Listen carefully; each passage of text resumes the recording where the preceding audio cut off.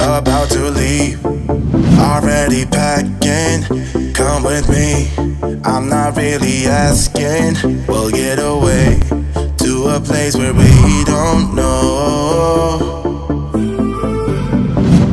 About to see the world in action, what we can be, life with no distractions. We'll get away, this is what we waited for. Take my hand, we'll make it somehow. We can't miss out. I'm done living life with the lights out, die with my own. What is up, guys? Gabe here, and welcome back to another video. On today's video, we're gonna be talking about portrait lenses. Well, portrait lens. I've already made a video about, what's the best portrait lens or how to choose your preferred portrait lens. If you haven't checked out that video, I'm gonna leave it in the description below so you guys can check it out. Anyways, this will be like a part 2 or an addendum or an addition to that video, and it's about the current most favorite portrait lens that's in my bag. And currently that lens is the Tamron 24-70 2.8 version 2 lens. Now let me talk a little bit about this lens and the reasons why I got this lens over the Canon. First things first was the price point. This lens comes in at a lower price point than the Canon, so that was a win. Second point was that I was checking out reviews here on YouTube about this lens versus the Canon lens, and everyone kept saying that, image quality, sharpness and all that was pretty much the same. The Canon being just a slight hair better than this one, but it's negligible when you're getting into the real thing. When you're actually out there doing the work, you won't even notice with your eyes, so it doesn't really matter for me. But the biggest thing and the biggest reason why I got this lens over the Canon is because this lens has image stabilization. You can see it right there.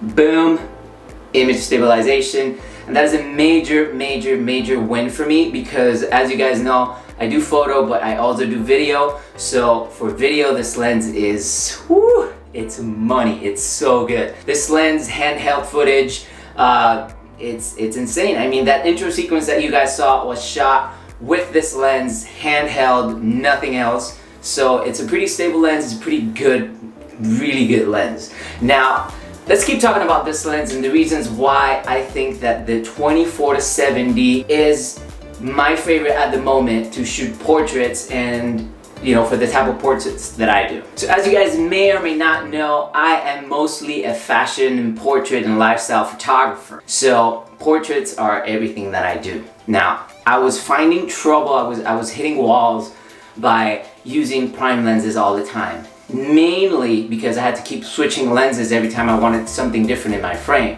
For example, I'll be shooting something wide with like my 24 1.4, and then all of a sudden I noticed my subject doing something very interesting and I wanted to, get in there. But if I get too close with my 24, then everything starts getting a little bit distorted, and I would have to like pause the session, go into my bag, get my portrait lens, switch out the lens, keep shooting, and hope that that same vibe, that same emotion, that same wave that was being written with the whole session, that same progress was gonna pick up again and get me to the point where I was happy or satisfied with what I was seeing again. It started getting in the way of the process of me taking photographs and all that. So I started, brainstorming what I could do. I started compromising. I would just only bring one lens into a shoot, whether it be a 35mm or a 50mm. I'd be like, I'll just run the whole shoot with this because I don't want to keep reaching into my bag and start, cutting into the vibe of the shoot and start interrupting, the flow of things because I wanted to switch my lens. So I started using less lenses, and I was like, yeah, it's good, I'm getting what I want, but I could get more. I could get so much more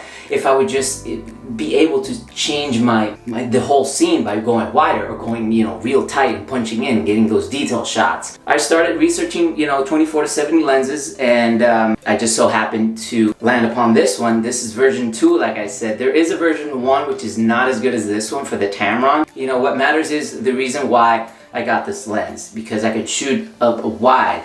I can get I can capture the whole scene. I can capture my subject in the whole scene, and then, you know, if I see my subject doing something interesting, just, you know, turn that zoom ring and just get that portrait, that close type portrait. Or if they're doing something interesting that I like, then I get that. Or maybe I'm just shooting a close-up portrait like this, but they're doing something cool with their body. So without me having to walk, you know, 20, 30 feet back and hope that they would stay in that pose for a long time, I could just like zoom out and get a more dramatic wide shot and just make it more fluid, make my sessions that much more interesting. I could run through sessions, you know, quicker. I could be more efficient with my shooting. You know, I could get more shots, more diversity, more of everything that I wanted in my sessions and in my work, because of the help of this lens. Now, there's a lot of talk about, you know, 24-70 lenses or just in general zoom lenses that make people lazy because you stay on one point and you zoom in and zoom out.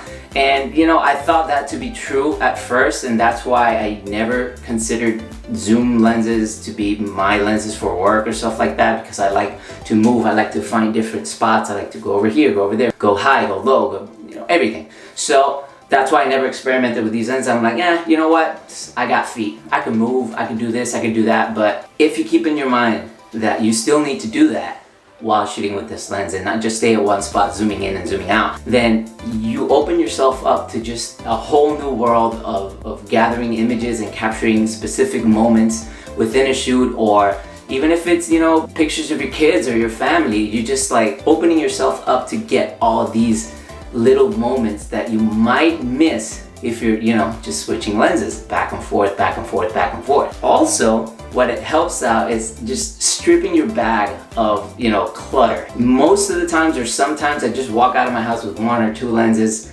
and most of the shoots that I'm doing currently, whether it's for a client or campaign shoots or just, you know, I just want to shoot something for myself or for fun, I'm using the 24-70 2.8 because it's just a great lens. 2.8 is a great aperture. It's open enough to let in some light and just for you to get that, you know, bokeh or whatever you want to call it. As soon as you zoom it out to 70, you get that compression for those nice portraits. And at 2.8, it looks just so beautiful. And I could speak for this lens, and I could speak for the Canon lenses and all the other lenses out there, because I have used almost all of them when it comes to like renting out gear for jobs or stuff like that. So I want you guys to focus in particular, not just in this lens, although it is a very good lens, and, you know, I encourage anybody who wants to buy it just to give it a try because it's really good and it's worth the money, but just the focal range, 24-70 2.8, beautiful setup for anyone trying to capture portraits or lifestyle stuff that requires, you know, to capture things and a whim. So as much as I love prime lenses because of their beautiful bokeh at 1.4, 1.2 and all that stuff, I'm willing to trade that off just for the images that I'm taking, just for everything that I'm gathering. I'm gathering so much more, and the content is what's important. When you get a good picture, it doesn't matter if your picture's at 5, at 6.3, at f. It doesn't matter what f-stop you're using if the image that you're capturing is powerful. It tells a story. It's engaging to the audience. That's what's important. That's what's important to me as a photographer and as a creator. And that is why the 24-70 2.8 is by far, at this moment in my life, in my career, the best lens that I have in my camera bag. And don't get me wrong, I still use my primes. I still whip them out every now and again when I want something specific or something unique, or I want really that background to be a specific way. But mostly, 99% of the time, I'm rocking my 24-70 2.8 lens all the time. And I don't regret it. And I don't think that anyone else that gives this lens a try will regret it. So if you're out there and you're debating which lens you should buy, what you should get, what gear you should have in your bag, I'm gonna tell you this: having this lens will take away a lot of the worry and a lot of the debate that you're gonna have before you leave home, because you don't have to worry about how many millimeters am I covering. Do I want to take my 24, my 35, my 50, my 85? Do I want to take 5 lenses? Do I want to take my big bag or my small bag? Do I really, you know, I don't know what situation I'm gonna encounter, so let me just bring all my gear. Well, this helps you minimize that worry. It helps you take away all of that mentality that we have sometimes and just focusing on gear, and it'll help you focus more on the task at hand, because you already know that you can have your wide and you can have your crops and you can have everything you want just with one lens. So you can focus more on the task at hand, you can focus more on getting better images, and you can focus more on capturing the moment than having to worry about switching your gear or just switching lenses and just losing the flow of your session or whatever it is that you're doing. And that is it for this video. That is it for my comments on the 24-70 2.8 lens. I hope you guys enjoyed this video. If you like this video, go ahead and give it a thumbs up. Let me know what you think in the comments below. Subscribe to my channel if you haven't done so already, and I'll see you guys on the next video.